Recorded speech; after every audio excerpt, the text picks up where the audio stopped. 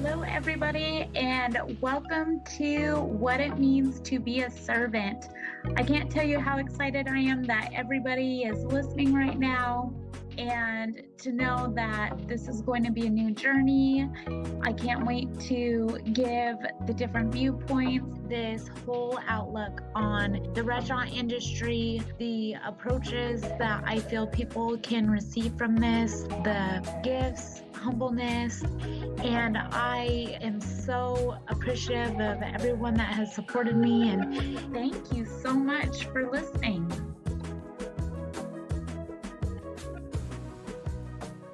All right, buddy, welcome back to What It Means to Be a Servant. I am so excited today because I have a co-host today. His name is Alec DiLorenzo.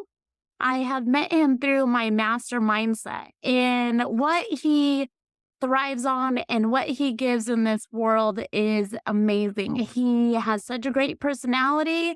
He has always a positive mindset with me. And so he has just encouraged me to really stepping outside my comfort zone in getting that uncomfortable setting. For example, he was helping me set up the Zoom call before we got it started. So, Alec, welcome back. Yeah.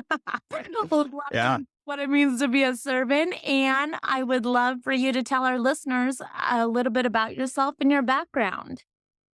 Yeah. Thanks, Raina. Super excited to be here. You're always got so much energy, so much positivity. So no brainer where you asked if I could join and come on and share some things. And I'm sure I'll learn some stuff from you here or in the future as well. But great to be here. Like Raina mentioned, I'm Alec DiLorenzo. A little bit about me. I grew up in Minnesota, originally went to school at Iowa State where I got my engineering degree. And from there, I went to work for a furniture manufacturing company who I still work for today. And I've been working there for the last 8 years. When I got out of college and went into my first full-time role as an engineer, I continued to work with a lot of our teams on the floors, our hourly members who are doing a lot of things like shooting screws or like manual labor assembly. And as an engineer, a lot of it was help solve problems for them. And so my leaders would come and tell me, hey, go solve these problems.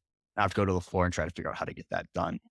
And just as part of my story, a lot of that, from what I saw originally, was a lot of people going out and making changes, trying things, implementing stuff, and just nothing actually getting traction and sticking or making actual differences. And it was at that time that one of the core phrases that I was taught was go to Gemba. And Gemba is actually a Japanese term. It was coined when Toyota kicked off all of the efficiency in manufacturing world. And they really were the leading whole business that kicked off how to be more efficient. And Gemba being a Japanese word, it kind of rolled in since they kicked all this off. And it means the source. So when people say go to Gemba, it means go to the source of where the problem is occurring, which is always in manufacturing on the plant floor where things are happening, where things are actually getting assembled.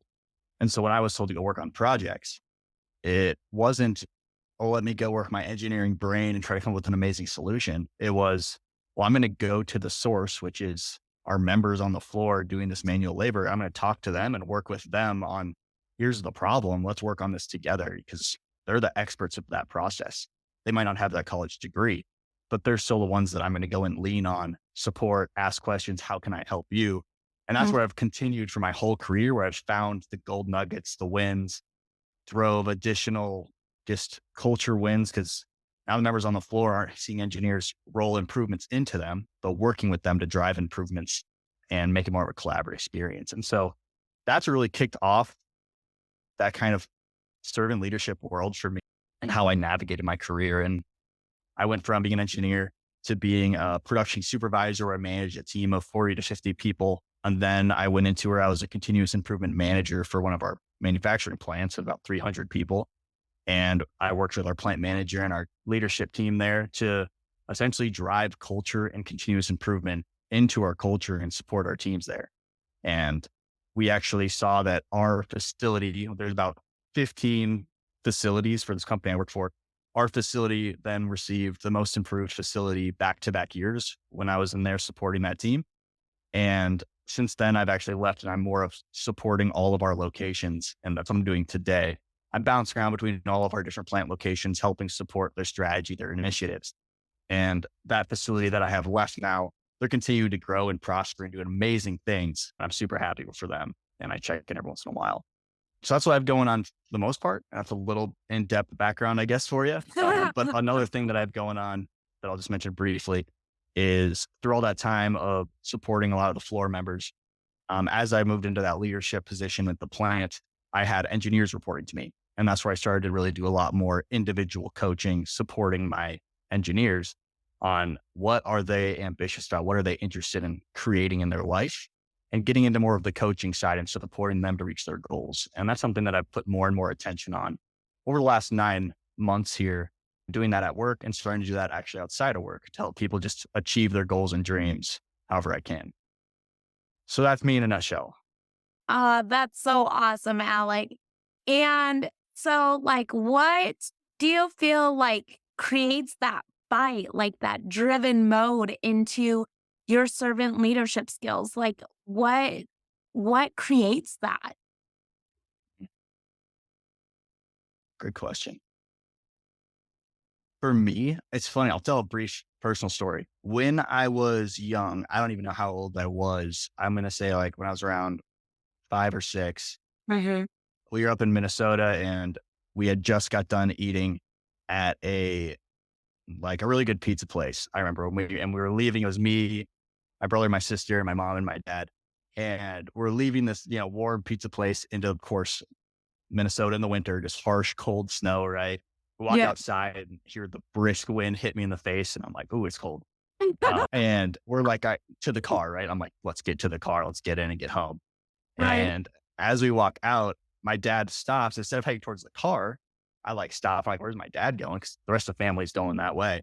And my Mm, dad stops, turns, takes a few steps next to the front door. And there was like a homeless man all bundled up, just mm, kind of cold. And my dad yeah. gave him all of our pizza leftovers. Oh, And I was devastated. I'll be honest. yeah. I was Oh, like, that pizza, and I wasn't devastated about anything except the pizza. We were losing the pizza, which was so good. right. Which in my like little kid, I was like, that's the most important thing to me right now. Right. And so my dad gives this homeless man our pizza and Uh-huh. starts heading towards the car. And I was like, Dad, I was like, what are you doing? I remember specifically being like, why did you give him our pizza? Right. And my dad just said, sometimes other people need it more than we do. Uh, Yeah. Super simple to the point, but I remember in that moment, my dad saying, other people have needs and they need support. It just struck me through my whole body. I remember viscerally, I was just dumbstruck. And at the time, I felt like ashamed for even like questioning him. Of course, you don't know until you know. Right. And that just struck me. And so the drive that I have comes from knowing that there's so much good in life to be able to see and that I've seen loving parents, family. If there's something that I can do to help someone get out of a bad situation or to solve a problem for them, that drives me to go put in that extra work. All more times than ever, do something more for someone else than myself, Yeah. because I just see when I go down to the plant floor or other areas and this person's doing this manual labor job day in and day out, working 10-hour days. There's breaks, there's all these things. They're paid well, of course, but it's like, man, that looks hard. That looks painful. That looks like you're going home with some aches. Like, Yes. how can I come in and support you and make this easier? I don't want people to be in this pain. I want people to see that change is always possible. It Mhm. just takes that effort and that desire to do it. Most of the members that I work with on the plant floor, sometimes when I first start working with them, they're not even aware of these problems. They've gotten so used to them, they just deal with it. Right. And I think a lot of us do that with all parts of our life. But specifically, I'll help them show like, hey, we can solve this, or, this thing that you have all taped up and it breaks every other time you use it. Like, let me get you a new one, or let me help you solve that, or let's figure out how we can do this easier. And helping them solve that problem and then seeing them like light up and be like, this is amazing. This just made, my every single day easier. It's like, that's Right. what it's all about for me. Oh, Alec, everything that you just said, I resonate with so much. And, it makes my heart so happy. And thank you for giving me your friendship and your time always, because it's like, it means so much to have a person like you that just keeps fighting for people. And, I've only known you for a couple of months, but dude, it's been amazing because, you can tell where your heart is at. You can tell how much you want to give that fight for other people. And that's what this world needs is fighters and leaders like you to show them the light, to show them the possibilities, to show them and guide them. And so it's been such a pleasure, Alec, to just like hear that from you and just what you go for. Yeah. Thanks. Of course. Yeah, any other questions for me today? For our listeners, if you had to give them one suggestion of how to fight and have faith today into their dreams and their hopes, what would it be? Great question. A couple things kind of pop, I guess, immediately into my mind. It's one, it's the reminder that we all need that we have so much more control over our circumstances than sometimes we give credit to. It's really, really easy and sometimes like attractive to be able to point and say, I'm not where I want to be because of this thing or that thing. Mhm. I don't have the energy today, Right. or And I've had that those person. days. Oh yeah, me too. Yeah. Me too. And that can be convincing sometimes when that alarm goes off and you just want to hit snooze for the 14th time, Mhm. guilty. But on those days where you decide, hey, I'm going to get up on that first snooze instead, or I'm not even going to snooze today, you get up. Yeah. Sometimes those are the days where you have the most energy. And it's just pushing through that illusion of, hey, we all have the power to work towards what we want, to make the change happen in our life that we want. And sometimes it just starts with acknowledging that and taking steps towards it. Yeah. And a lot of times too, it's, as you kind of mentioned, what are you, for any listener out there, what is the thing that gets you fired up and drives you? What are you passionate about? And no, I even talked to a buddy. He's like, I don't know what I'm passionate about. What Mhm. gets you excited? What, revs your engine? What, I'm sure there's parts throughout your day that Right. you can point to and say, this makes me feel excited and happy. And I encourage you to, think about that. If you're not saying, hey, nothing's popping for you, if you're listening, I just encourage you over the next few days to pay attention to moments of joy that come up. And I also want to notice something that I've been paying attention to is there's levels of that too. There's deep joy where I feel that when I'm interacting with others, growing, encouraging, taking on challenges, like that's stuff that gets me more fired up.